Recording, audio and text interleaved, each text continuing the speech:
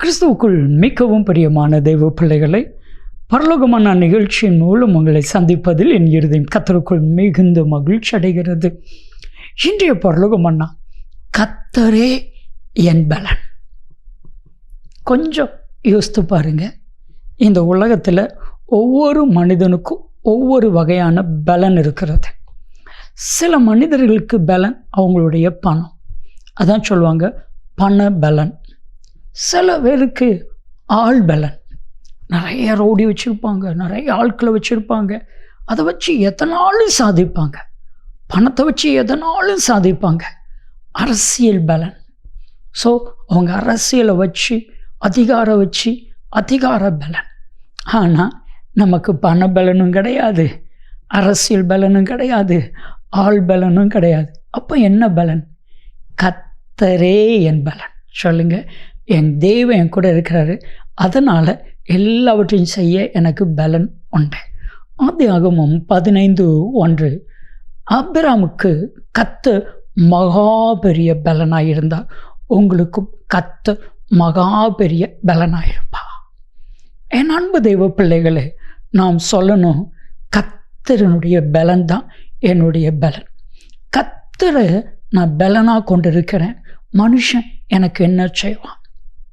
தாவீது சொல்கிறான், கர்த்தரை என் வலது பட்சத்தில் வைத்திருக்கிறபடினால் மனுஷன் எனக்கு என்ன செய்வான்? பவுல் பிலிப்பியருக்கு எழுதின நிருபம் 4:13 என்னை பலப்படுத்துகிற கிறிஸ்துவினாலே எல்லாவற்றையும் செய்ய எனக்கு பலன் உண்டு. ஸோ எனக்கு இந்த பலன் எங்கேருந்து வந்தது? கர்த்தரிடத்துலேருந்து வந்தது. கர்த்தர் தான் என் பலன். அதுக்கு முன்னே உள்ள வசனங்கள் எல்லாம் 10 நீங்கள் வாசித்து பாருங்கள். வாழ்ந்திருக்கவும் தெரியும், தாழ்ந்திருக்கவும் தெரியும், பரிபூர்ணப்படவும் தெரியும், பட்டினியாக இருக்கவும் தெரியும். எல்லாவற்றிலும் எல்லா சூழ்நிலையும் மன ரம்யமாய் வாழ நான் கற்றுக்கொண்டேன். என்னை பலப்படுத்துகிற கிறிஸ்துவினாலே எல்லாவற்றையும் செய்ய பலன் உண்டு. இன்னைக்கு ஒரு பலனை ஆண்டவர் கொடுக்க போகிறார். நம்ம கேட்க வேண்டிய ஒரு ஜெபம், ஆண்டவரே எனக்கு பலன் தாங்க, உங்களுடைய பலன் எனக்கு தாங்க. இன்னைக்கு கர்த்தர் உங்களை பலப்படுத்துவான். வேதம் சொல்லுது, ஏசாயா 40:29, ஏசாயா 40:30 நீங்கள் வாஸ்து பாருங்க. சோர்ந்து போனவனுக்கு கர்த்தர் பலன் கொடுப்பான். கர்த்தருக்கு காத்திருக்கிறவர்களோ புது பலன். அப்போ ஒரு புது பலனை கர்த்தர் கொடுக்க போகிறார். இந்த பலன் எதுக்கெல்லாம் வேணும் தெரியுமா? சோதனையை ஜெயிக்கிறதுக்கு பலன் வேணும், பிசாசை ஜெயிக்கிறதுக்கு பலன் வேணும், பாவத்தை ஜெயிக்கிறதுக்கு பலன் வேணும், பல சூழ்நிலைகளை மேற்கொள்வதற்கு பலன் வேணும்.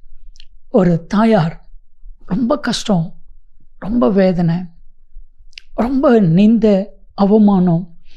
அவங்க என்கிட்ட கேட்டாங்க, ஐயா இந்த நிந்த வழியாக தான் நான் போக வேண்டியிருக்குது, இந்த அவமானத்தின் வழியாக தான் போக வேண்டியிருக்கு, இந்த அவமானத்தை தாங்கிறதுக்கு ஆண்டவர் எனக்கு பலனை கொடுக்கறதுக்காக ஜெபம் பண்ணுங்கய்யா, இந்த நிந்தையை தாங்கிறதுக்கு எனக்கு பலனை கொடுக்கறதுக்காக ஜெபம் பண்ணுங்கய்யா. அந்த அம்மா சொன்னதை பார்க்கும் பொழுது என் இருதயம் அப்படியே உடைஞ்சிச்சு. கண்ணீரோட ஜெபம் பண்ண, ஆண்டவரே இந்த நிந்தையை மாற்றுங்க, இந்த போராட்டத்தை மாற்றுங்க, இந்த கடனை மாற்றுங்க. இன்னைக்கு கர்த்தர் அந்த சகோதரி ஆசீர்வதித்தா, இந்த எல்லாம் போகிறதுக்குரிய பலனை கர்த்தர் கொடுத்தார். என் அன்பு தெய்வ பிள்ளைகளே, ஆண்டவர் இன்றைக்கு உங்களுக்கு ஒரு பெரிய பலனாக இருந்து ஆண்டவர் உங்களை நடத்துவான். சொல்லுங்க, என் கூட கர்த்தர் இருக்கிறான், கர்த்தர் என்னுடைய பலன். மனுஷன் எனக்கு என்ன செய்வான்? ஒன்றும் செய்ய முடியாது. உங்கள் பலனை யாராலையும் கொடுக்க முடியாது. பிசாசு உங்கள் பலனை கொடுக்க முடியாது. பிசாசு உங்களை ஒன்றும் செய்ய முடியாது. ஆபத்து காலத்தில் சோர்ந்து போவாயினால் உன் பலன் குறுகி போகும். நீங்கள் சோர்ந்து போகாமல் மட்டும் இருந்துட்டீங்கன்னா உங்கள் பலனை யாராலையும் ஒன்றும் செய்ய முடியாது. ஜெபிக்கலாமா? அன்பின் தகப்பனே, என் தேவனே இவர்களுக்கு பலனாக இருப்பீராக.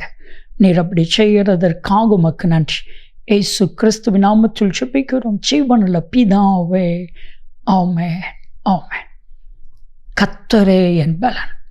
நன்மையும் கிருபையும் ஆசீர்வாதங்களும் நிச்சயமாக உங்களை தொடரும்.